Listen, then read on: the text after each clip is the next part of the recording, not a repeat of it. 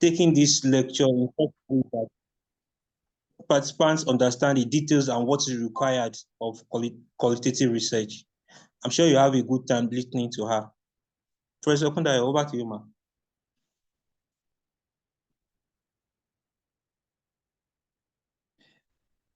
Yeah, I think Professor Kunda, you have the floor.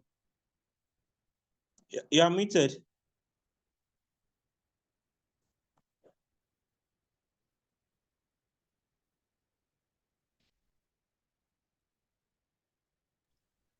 Hello, ma'am.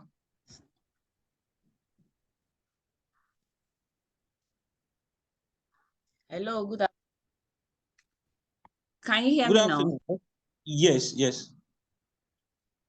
Oh, I apologize. I was not sure my laptop was working. Thank you very much. All right. Thank you very much. Okay, I have the floor now. I can start. Yes, please, you do. Yeah. Oh, thank you very much. Good afternoon, everyone. Thanks for joining us on this call today. We'll be speaking on fundamentals of qualitative research for quantitative researchers. So the first question that comes to mind is, what is qualitative research? I'm sure most of us are quite familiar with qualitative research. In one way or the other, you've heard about it before. You might not know deeply what it entails. So today we'll be looking at what does it mean to carry out a qualitative research. And it means that you're not gathering numbers. You're not asking your respondent to tick one or two, yes, no, strongly agree, strongly disagree. You don't have a lighter scale for them to choose from. You're not going to be using numbers, but you're going to be giving them opportunity to showcase their own opinions, their attitudes, their beliefs, their motivation. You want them to express their lived experiences. You want to give them a voice. You don't want to keep their voice into number. You don't want to box their voice into number. You want to allow them express themselves and then start to interpret their expression. So that is qualitative research in whatever form it comes to you. Now, what are the differences between quantitative and qualitative research? The first way to look at it is, what is the purpose and approach? What purposes do we use qualitative research for, and what do we use quantitative research for? So for qualitative research, like I said earlier, we are using it to understand experiences. You want to understand situation in based on the context. You want to understand lived experiences. You want to understand people's motives. Sometimes motives, attitude are not easy to put into numbers. You want to give them a voice. That is when you use qualitative research. But for quantitative research, it's easy to look at relationship between X and Y. You want to look at relationships. You want to look at, you are using numbers. You want to generalize because you're going to be using lots of persons. Then you will use quantitative research. Also, one way to look at it is to look at the forms of research questions that are involved. So for qualitative research, the research questions usually are questions that want to answer questions like how and why. It's deeper than what, it's deeper than does or do. So when your questions wants to see why, wants to ask deeper, you want to delve deeper into understanding a particular situation, then you might be using qualitative. So for instance, here we are asking, how do people experience, for instance, trauma? How do people experience trauma? How do people experience trauma? How do they experience a particular festival? For instance, a Google festival, Shun festival. What's your experience like in church? So when you are in a religious gathering, what are your experiences? You don't want to say, hey, we sing, B, we worship, D, we do ablution. you want to give them a voice. That is when you do qualitative. Also, when you want to ask people why they believe in a particular thing, why do you believe in God? You can't ask why do you believe in God and then give them likely skill and give them strongly agree, or you say why do you believe in God? The options, there is not likely that we're going to have options in quantitative style. So it's better to use qualitative.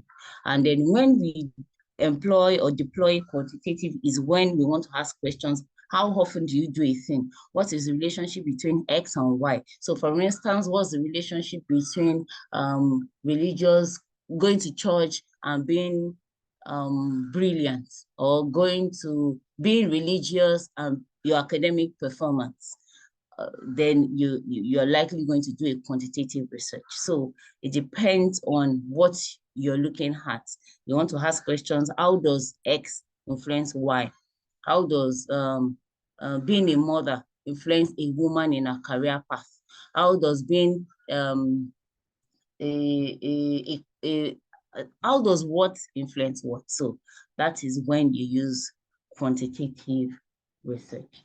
Next is the forms of data collection methods used for each. So for qualitative research, we use interviews, we use focus group discussions, observations, and sometimes you look at text. And this is not the very common, people are not aware that you could actually analyze text using qualitative method. You could analyze the scriptures, Quran, Bible, Ifa text. You could analyze somebody's diary. You could analyze case notes in the hospital. You could analyze legal documents. Probably you want to look at the legal documents of the president of the US. So over the years, what are the documents available? What are the legal cases that we've been opened on presidents in Nigeria? So presidents from 1960 till we have now to date, we want to interpret, want to analyze. Then you wouldn't be putting their document in numbers. You would have to interpret that document directly. So these are things that we analyze, and these are the type of methods, collection methods that we have under qualitative. Now, moving on to quantitative, then we go to the field, we carry out surveys, we use secondary data. So for instance, you have numerical data from World Bank or from CBN of Nigeria, from NDHS, that's Nigerian, don't mind me, I can't remember what that stands for now. So you want to use secondary data that somebody else has gathered, and then you want to interpret further than the person looks at, then that's quantitative. You carried out an experiment, either quasi or laboratory experiment, then you'll be using quantitative, because you'll be subjecting those data that you have into number. You assign number to those situations, to the phenomena in question. So you're going to be using quantitative research method or to gather your data. So then we move on to sampling. For what sampling methods do we use? How can we differentiate between qualitative and quantitative methods, looking at the sampling style? So for qualitative, usually because you're going to be asking questions or getting information from very few people, it is not as, the sample size is not as large as that of quantitative. So you'll be using a smaller sample size. For instance, you want to look at the effects of a particular vaccine. Say for instance, HIV retroviral drugs. You want to see how does this drug, what impact has this drug method on people who have used it. Then you'll be using qualitative because you have a small size, so it's easy to ask them deeper questions.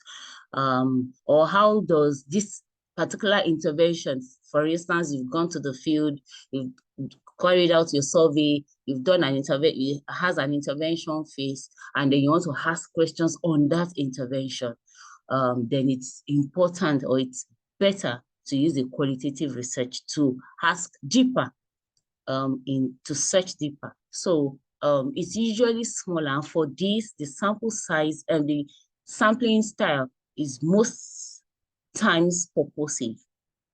We use purposive, or you use snowballing. You find somebody who knows that somebody else has that particular ailment. Take, for instance, let's go back to the HIV/AIDS or the vaccine example. So you've given this person, it's purposive because you know those you need information from. You're not guessing, you know them. You are going to their clinic, outpatient clinic, or those are on bed, then you know that you're going to be doing a purposive sampling technique. Or for snowballing, you have somebody who knows somebody. So you're starting from the first person that you've come in contact with. Possibly that person is a patient of HIV/AIDS or knows somebody who has HIV/AIDS and is using the drugs. So you go on to the first person, and the first person takes you to the next person. So it's like you're throwing ball, the snowball. And you know that when you throw snowball, you can't throw a distance, a long distance, because it will scatter. So that's why it's called snowballing. It's a short distance, and from that distance again, you move to the next. So you'll be using snowballing or purposive sampling technique. But for quantitative, the sampling technique is vast. So you could use the probabilistic sampling technique. You could use any of the non-probabilistic sampling technique, depending on what your analysis is going to be, what your generalization is going to be. So sampling in qualitative is just two types: purposive or snowballing. Most times that's what we use.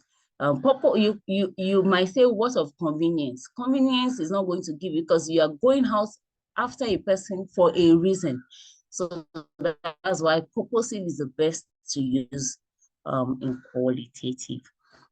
Then moving on to the next, we have the data analysis method. So how do we differentiate between quantitative and qualitative when it comes to analyzing our data? So the first we want to look at is the qualitative. For qualitative, you are going to, remember we have text, we do not have numbers. So what you do with it is to sit down with your text and see and look for clues or codes or that you want to tease out, and you want to take out. So it's more of reading and rereading of text and finding what makes sense, especially to the team, to your research question. What am I looking for? So I have this long 48 pages transcripts. How can I make sense of it? So you start to tease out, based on your research question, what you need from that data. We have several methods, which we'll still look at later. We have some thematic analysis, we have the phenomenological analysis, we have grounded theory, we have case studies, we have narrative analysis, and so on and so forth. So you have that for qualitative research. Now for quantitative research, we have several statistical methods that we use, but especially to test hypotheses. So you want to do some univariate analysis, you want to find your frequencies, your percentages, you want to draw a bar chart, a pie chart, histogram, and then you want to do bivariate analysis. Probably you want to do a chi-square, you want to do correlational analysis, blah, blah, blah. And then you move on to multivariate analysis. You do your regression, your logistic, blah, blah, blah, regression, pathway, regression, hierarchical. So there are lots of this. So this is a way to differentiate the two. Another way is to look at software analysis that are available for analysis. So for qualitative, they are quite sometimes different from quantitative. I said sometimes because we have some now that can analyze both qualitative and quantitative. And one of such is MassQDA. So MassQDA, you can have, you can analyze your qualitative data and at the same time analyze your quantitative data on it. But most times you have them differently. So for qualitative data. We have NVivo, we have deduce, we have Atlas TI, we have QDA minor, we have mass QDA, we have Transana, we have a lot.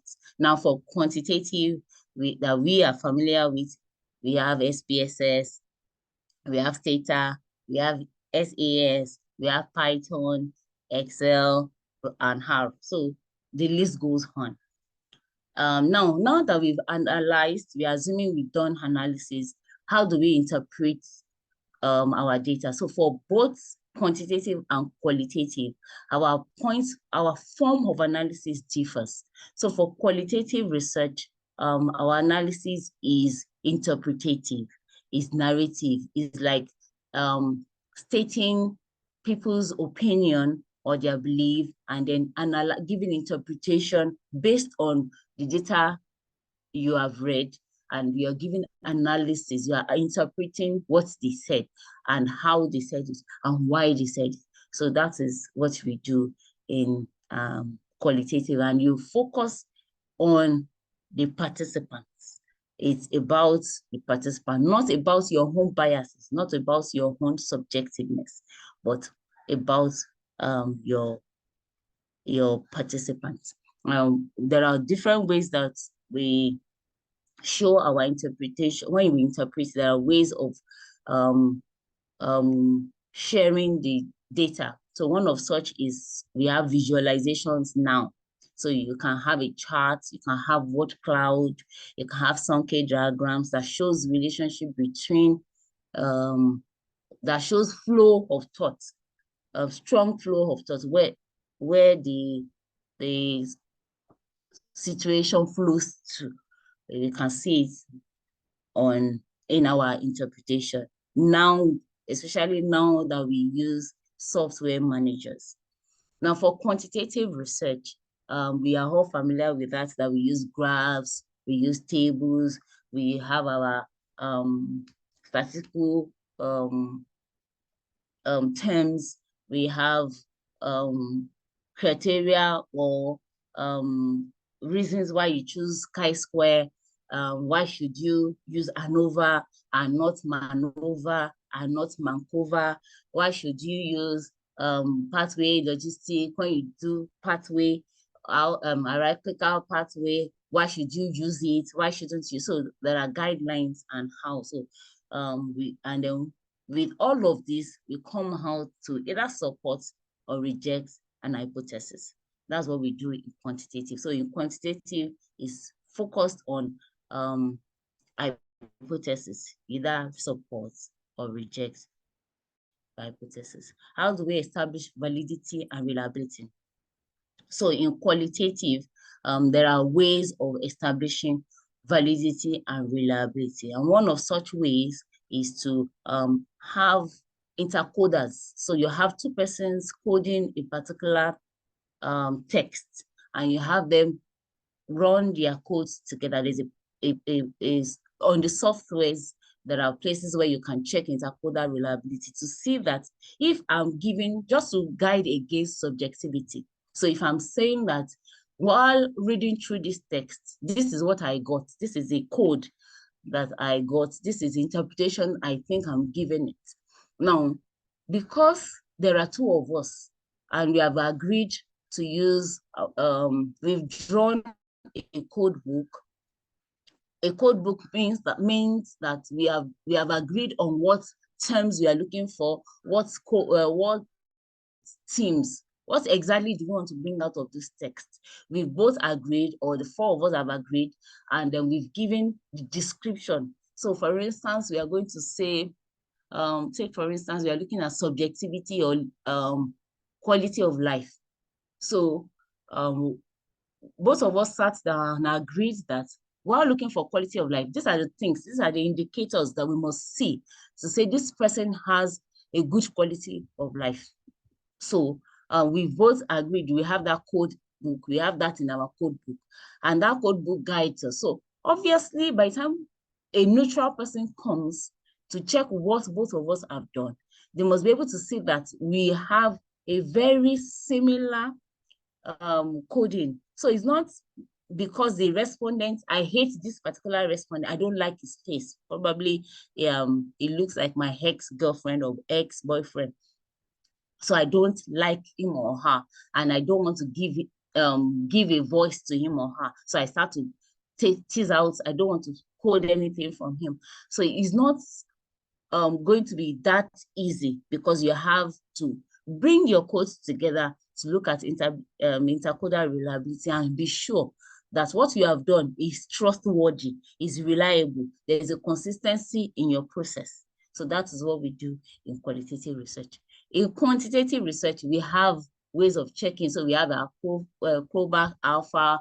We have different ways of checking for item factor analysis, item analysis. We have ways of checking on the software to see whether what we've done is reliable and valid. But it differs. The means of doing validity and reliability on both differs. Now, having said all of this, I would want us to agree that it's important to start to favor mixed method. And when, unfortunately, when most of us say we want to do mixed method, we favor one above the other. For instance, if I'm a quantitative person, I've been used to quantitative method, and I'm writing a proposal, and on this proposal, it's been stated that I must do a mixed method approach, or a mixed method for my data collection and analysis. So I feel, oh, okay, let's quickly write it. So I put all my strength in the quantitative, because that's where my strength lies. And I feel, well, it's just to triangulate with qualitative. Qualitative is just to add beauty, it's just to add, it's like permit me to say this in Yoruba, it's like amugbalegbe, is to just be there to get attention, to get people to approve this. So I must put qualitative. So we quickly think of ways that we can add qualitative. So quite quickly, I just say, okay, I want to interview two persons or 12 persons.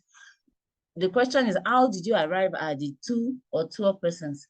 I'm going to do interview. What type of interview? I don't know. I just want to do interview. Okay, so I'm going to do content, because I saw while reading somebody's text or somebody's article, I saw that they do content analysis. So I say, oh, so I'm going to use content analysis. And then I don't know how to do the questioning. I don't know how to do the interview guide, but just to make it, to get an approval from for this project, I would favor mixed method analysis. So we have to be careful. Now, having said all of that, let's go deeply a bit into qualitative analysis and see how we can be better at our mixed method, so that we quit lying and come up and do the right thing. So there are 4 types of qualitative research methods. We have the of data collection, sorry about that. So we have interviews, we have focus group discussion, we have observation, and we have document and text. That's document review and text. So what is interview? Interviews are when you ask oral questions. Interviews are when they are asked oral, you ask oral questions, you record oral text, you record speeches, or you type or write verbatim as the person is speaking. So it's usually oral questioning.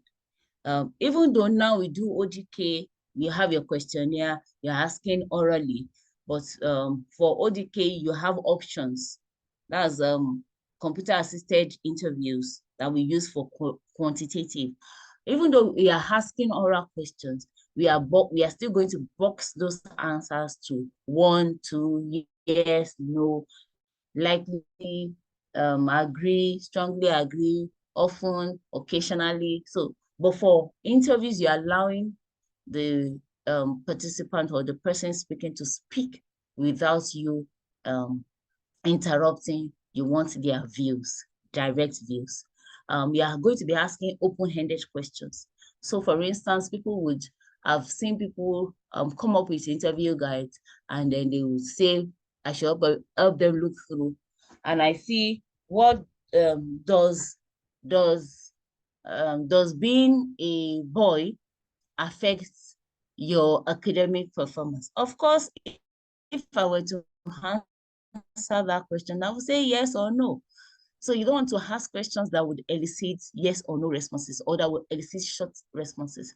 You want to ask questions that are going to generate conversation, generate people's views, share their opinion, make them say stories.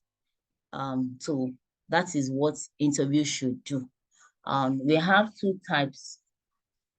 We have the key informant interview and the in-depth interview. So for the key informant interview,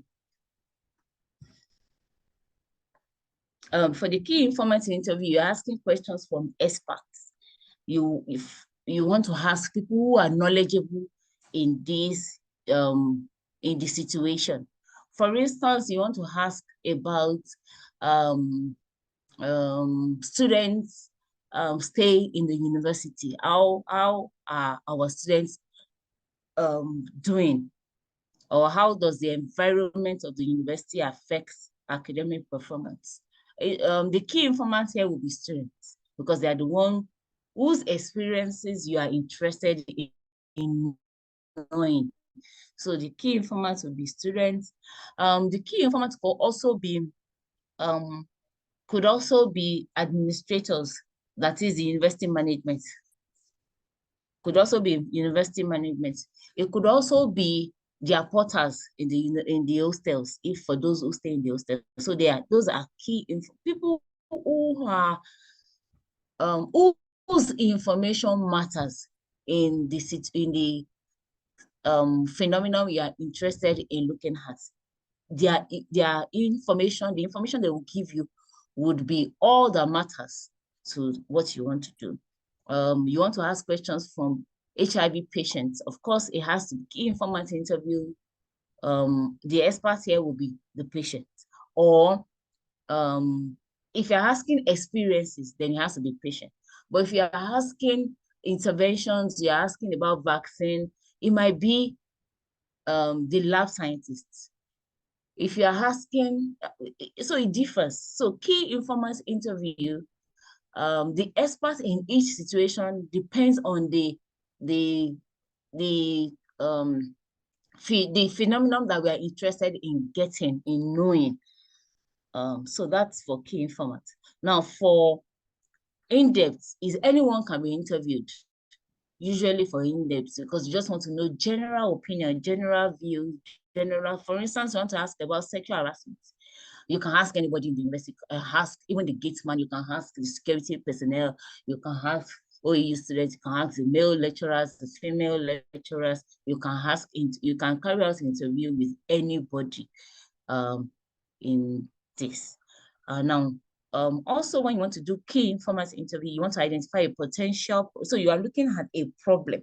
You want to identify it, you want to bring it out, you want to put your spotlight on the situation, on the problem. And then if you are fixing a problem, you want to give solution, then you'll be doing in-depth interview. Also, if you have less time to administer your questionnaire, your interview guide, then it might be better to do key informant time, then you'll be doing in-depth interview. But note that key informant interview usually is not a true representation of the general public, because you have just few persons, key people that you have asked questions from. So you can't generalize. But for in-depth interview is a better representation of your population. I don't know, there's somebody helping me to write all sorts of design on my slide. Please, if you're the one, take notes that you're writing on my slide. Thank you. Now, the next is observation. I said and or ethnographic study. I said this because there's a thin line between observation and ethnographic study. So observation is what you do when you want to go to a place and observe, and that's why I have a glasses. You could have a lens, you could have look. Your eyes will do more of the knowing than your mouth. An interview is your mouth, but in observation is your eyes. So your eyes is observing, is seeing, is looking, and is looking for things to note. So that is all. Now, the difference between observation and ethnographic study is, for observation, you are more of an outsider. So it's like a continuum. On one hand is observation, on the other hand is ethnographic study.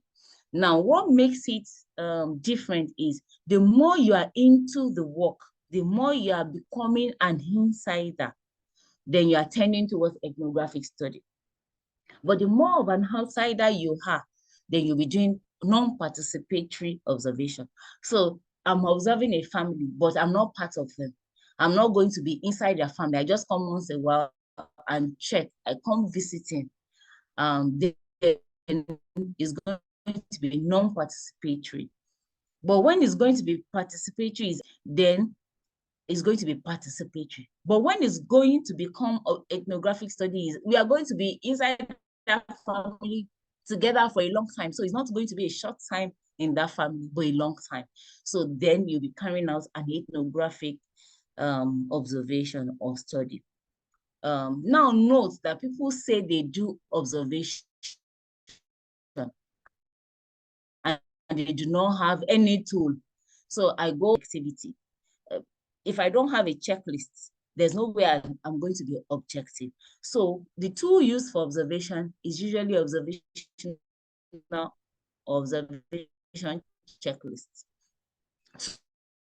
So you know what before leaving, based on your research, the things you want to see, the things you want to know, and then you bring that into your checklist. So you're checking, you're seeing, and you're noting. So that is observation. Let's move quickly into focus group discussion. So in focus group discussion, we want to look at group dynamics.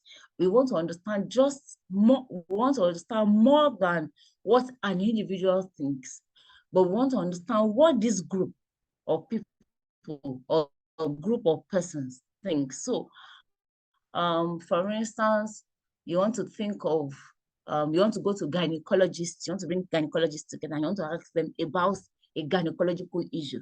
You could do interview, but it would be better if you bring people together, let them tease out their differences and argue out something. In their argument, in their conversation, you are knowing more than if it's just one-on-one. So for one-on-one, I could be saying nonsense. Because you're not an expert in my field, you wouldn't know I'm saying nonsense. I'm saying what doesn't make sense, or I'm saying what is outdated. I'm telling you about a vaccine that was used in 1990, and we've moved, or in 2012 or in 2010, and we've moved from that vaccine, we've moved into another thing. But because I do not know as an interviewer, I will be impressed. I will say, that professor,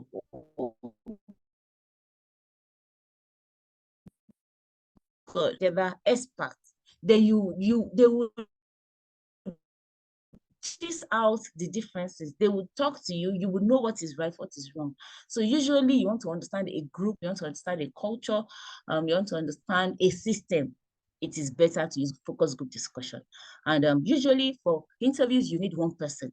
Sometimes you could be two, but for focus group discussion, you need more than just the interviewer, the person, the moderator. You need a facilitator, you need a moderator, you need a note taker. So it's a team that goes out to interview or to discuss with a team in focus group discussion. Typically, we have 8 to 12 persons, depending on what side of the coin you are putting your argument. Some will say 6, some will say 8, some will say 12. But I will say that it depends on what you want to study. So if you are studying something that you need lots of persons, it's a field where there are lots of experts, then you might you might tend towards a larger population of 10 to 12. But if you are doing an interview, a discussion with experts who are few, then you might tend towards the 6 side. So it depends on what you want to study. When do we use focus group discussion? We use focus discussion when we want to formulate questions for a structured survey. Please note that it's important even when we set out as quantitative persons and we want to study a particular thing, it's good to have gone to that place and ask questions, because there's something we call cultural fair and cultural fairness. Is your questionnaire cultural fair? If it's not culturally fair, you are not sensitive to, okay, I brought a standardized question from WHO, for instance, the quality of life questionnaire. I brought it and I'm going to use it in Ibarapa in Oyo, or I'm going to go to a village after Osu, in Ife. It's a core village, it's a village. Is that questionnaire going to be fair? Is it going to ask the same question? Is it going to elicit the same responses? So sometimes it's good to use qualitative to go to where you're and use it to make your questionnaire culture fair. It makes it you are sensitive to people that you're going to, so you can understand them, you know them a bit. It helps you to formulate questions. So if you're going to be getting a big proposal, submitting a big proposal and getting a big grant, you might want to start with qualitative and then say that from your conversation with people, then you are going to generate a questionnaire. So focus group discussion is a good place to start. So before you do your questionnaire, especially if you're developing your own questionnaire. Then it also helps us to note that in intervention, especially when you're doing intervention study, it's good to do focus group discussion because perspective differs. If you do interview, you might be losing out some information. So it's good to do focus group discussion. Another time is when you want to develop appropriate message for health education programs, especially when it has to do with health. Focus group discussions are better. And lastly, when you want to explore controversial topics, you want to explore topics about concubinage in Nigeria. Is it good to be infidelity? Is it acceptable? It's controversial. So it's good to have, you are going to have diverse views when you have a focus group discussion than when you have one-on-one interview. You want to look at what's also controversial, premarital sex among our teenagers. So as parents, we want to talk about premarital sex.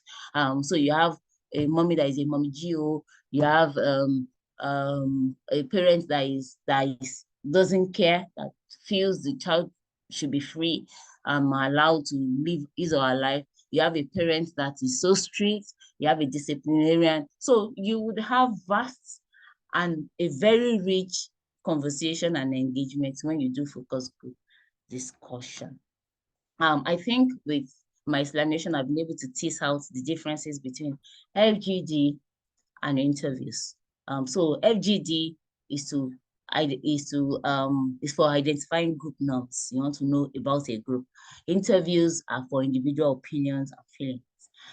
Then you want to elicit group opinions about a group. Then focus group discussion is the way to go. Sometimes you want to address sensitive questions like trauma, personalized trauma, people who have gone through trauma, then interview is the way to go. But you want to address sensitive, controversial questions, then go for focus group discussion. But wear helmet so that you are not stoned. We don't fight you. All right. All right. So you want people to elicit responses about nuances and contradictions. Sometimes you do interview.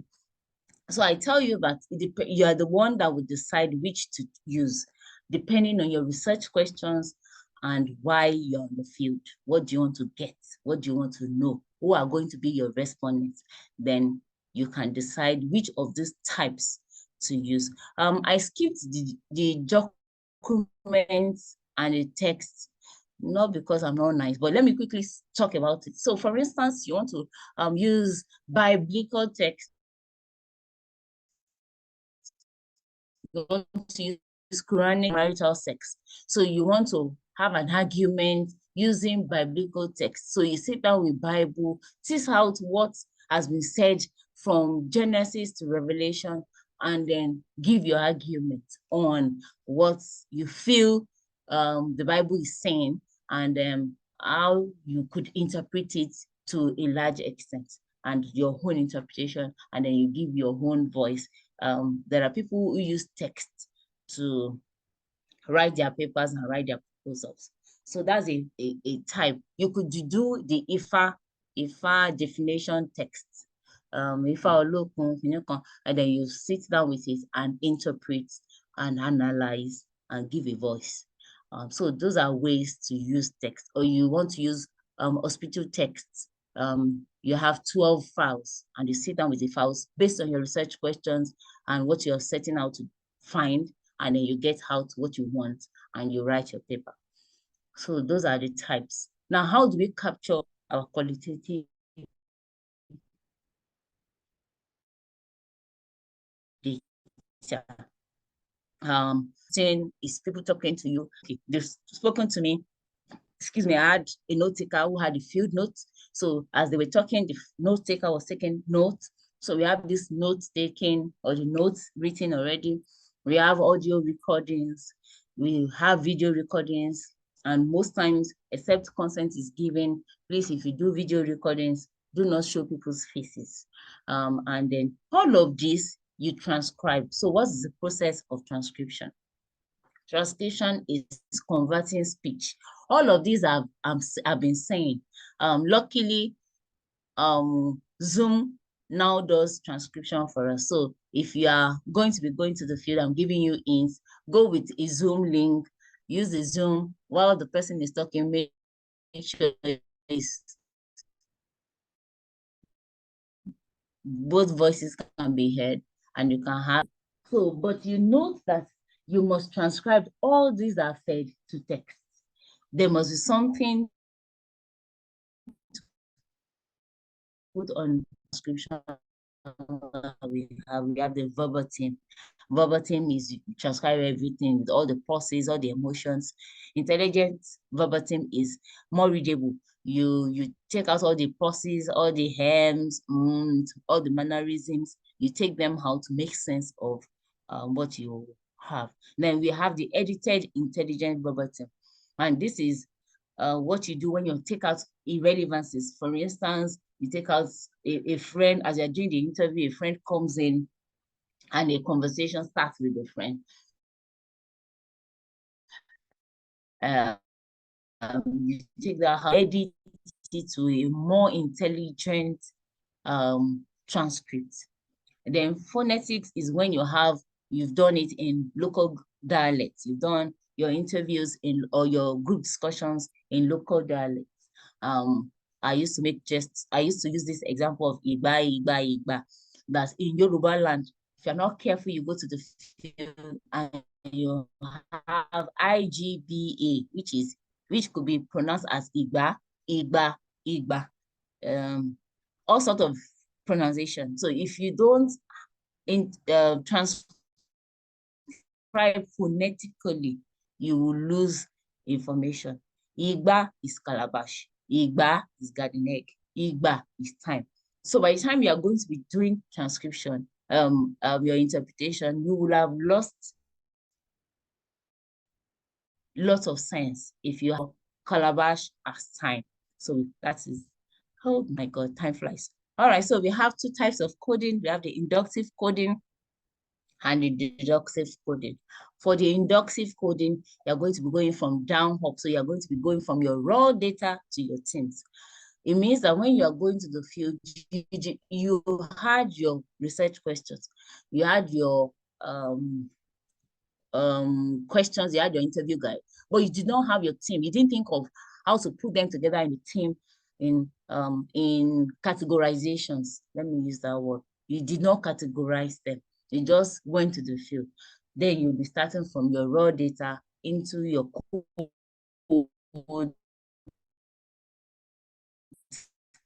and into your team. You move to teams and you move to code. Then you have the deductive. You have your research question, you have your teams, you had your code book written already, and then you now go to the field. So by the time you come back, you are analyzing based on the objectives and the codes that you went out to the field to get. And this is a pictorial example.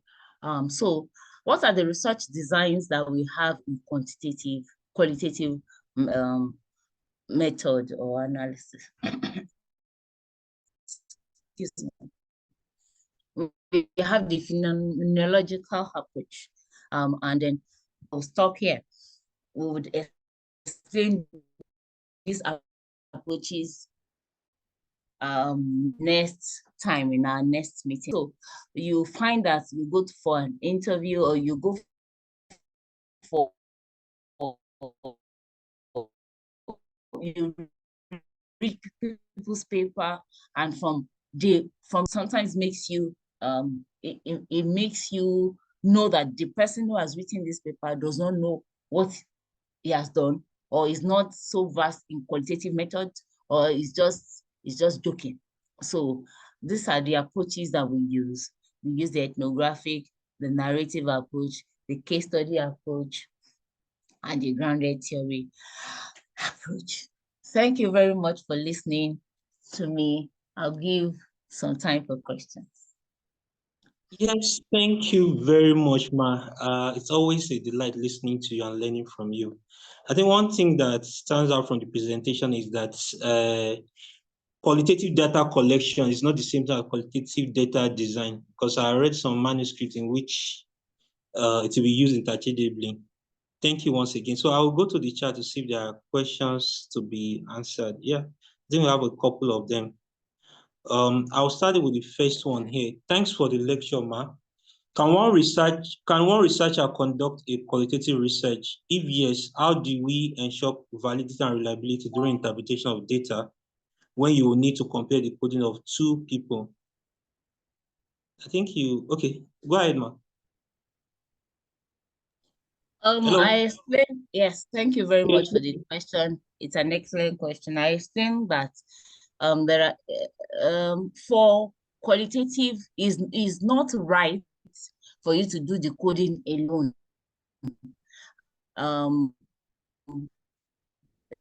Because one of the ways to ensure reliable data and can speak to it too, and it can check you. We all know that when you know somebody else is looking, or somebody else is hearing, or there's a tendency that somebody else will judge me, you do better. But when you think that you're on your own, oh, I can just ensure reliability in that. So for qualitative, it's just one of the styles of ensuring that what you've done is going to be, if somebody else does it, if Dr. Olawa takes my coded transcript and looks through it, we should be able to have a very similar coding reliability, because we have softwares to check reliability too in qualitative. You can check reliability. So by the time two of us bring our data together on the software, by the time we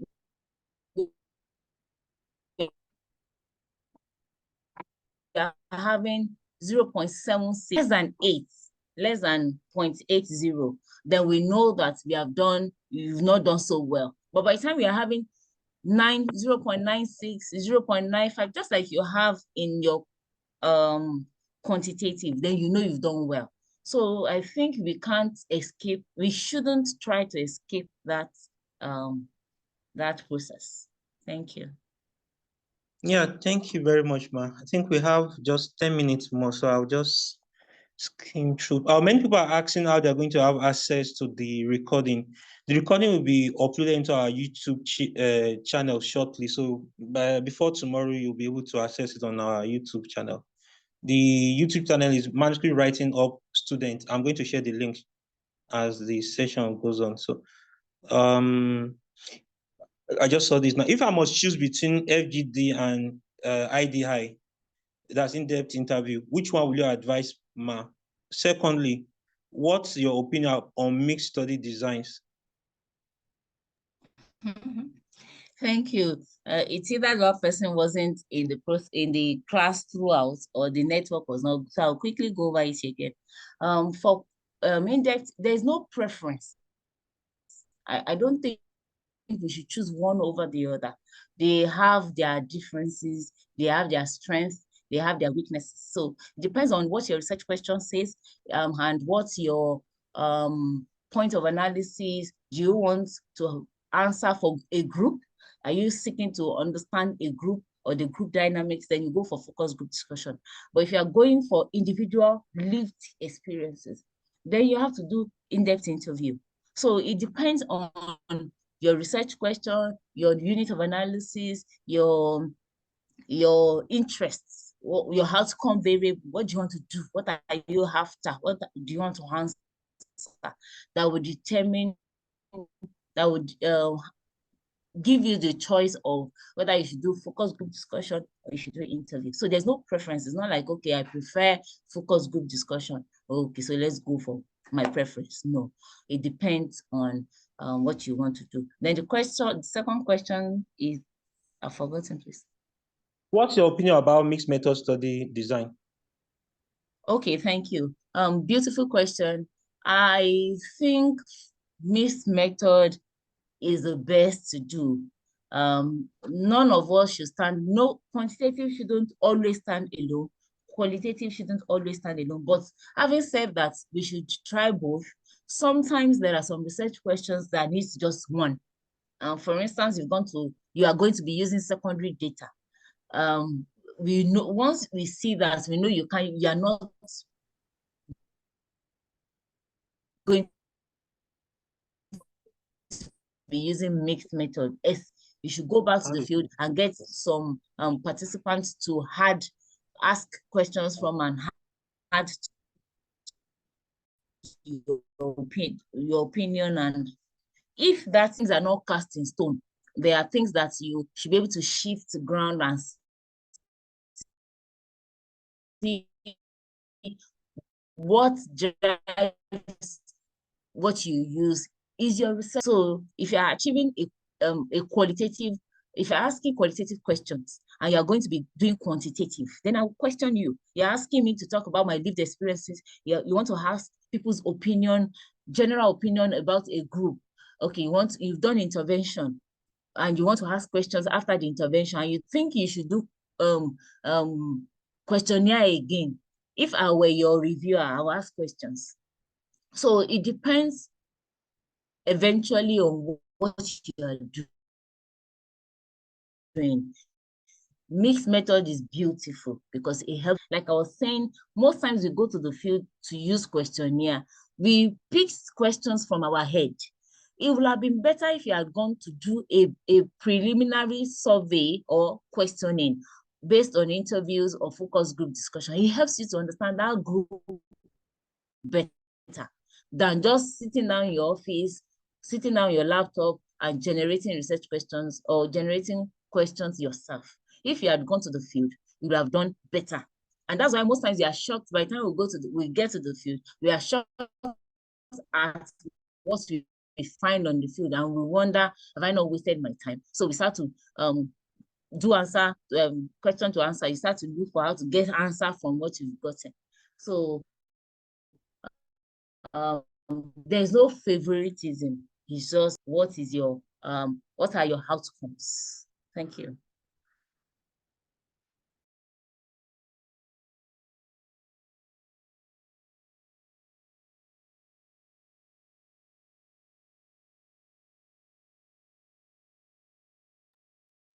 Hello, Dr. Lawal. Am I still with us?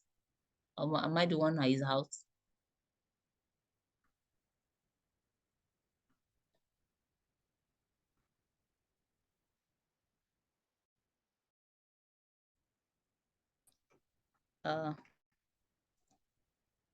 Hello, can somebody let me know if I'm still with us on the chat?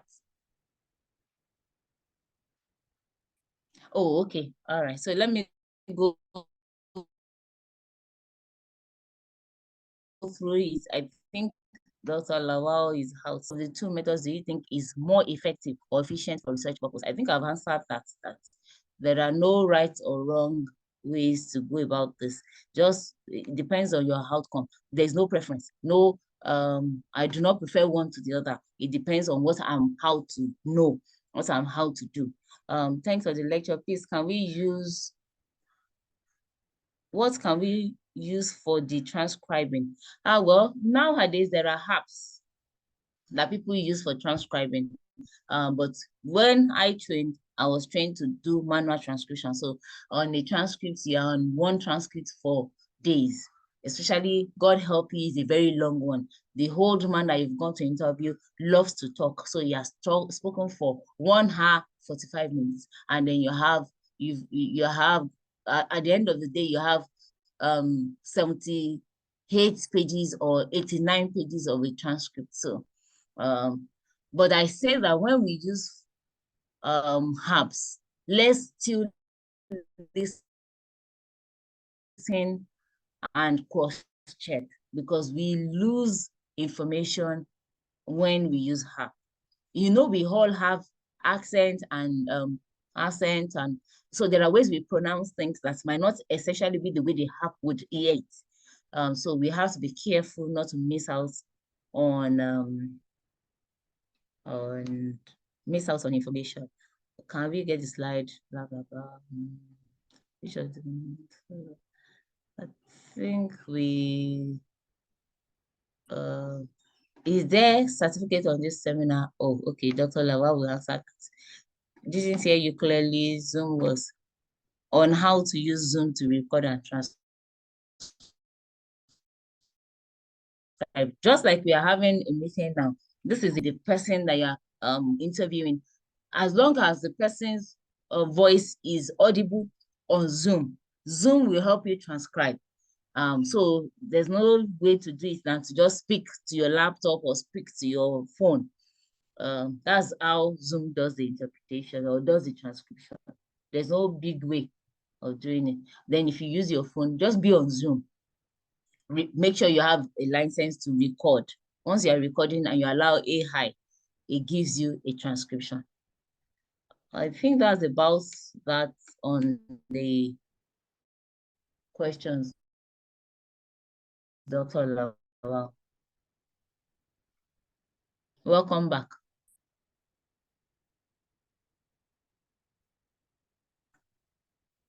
Oh. Any other question?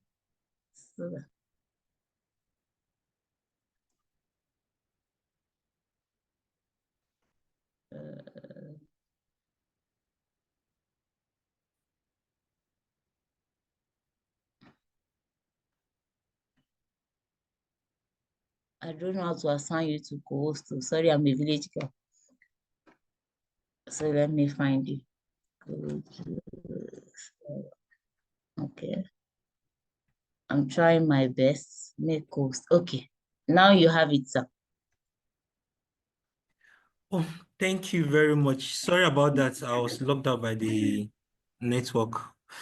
Yeah, so thank you very much. I think we are just on top of the hour, just a minute more to go. We'll continue the conversation next week, where we are primarily targeting peer reviewer, but of course, it's going to benefit everyone. So if you are registered for this event and you participated today, you can join us next week. We'll also be sharing the link for registration for the next week event so that you can follow up from where we stopped today. As regards making the recording available, I mentioned earlier to be available on our YouTube, which I've already shared on the page, on the chat box, and also be sharing to your email for those who are registered for this event. We look forward to seeing you next week, same time, 3 to 4 p.m. Do have a lovely evening. Thank you, everyone. I don't know if Prof is back. She has an engagement that took her away. Prof? Okay, she's not. All right. Okay. All right. Once again, thank you very much, ma.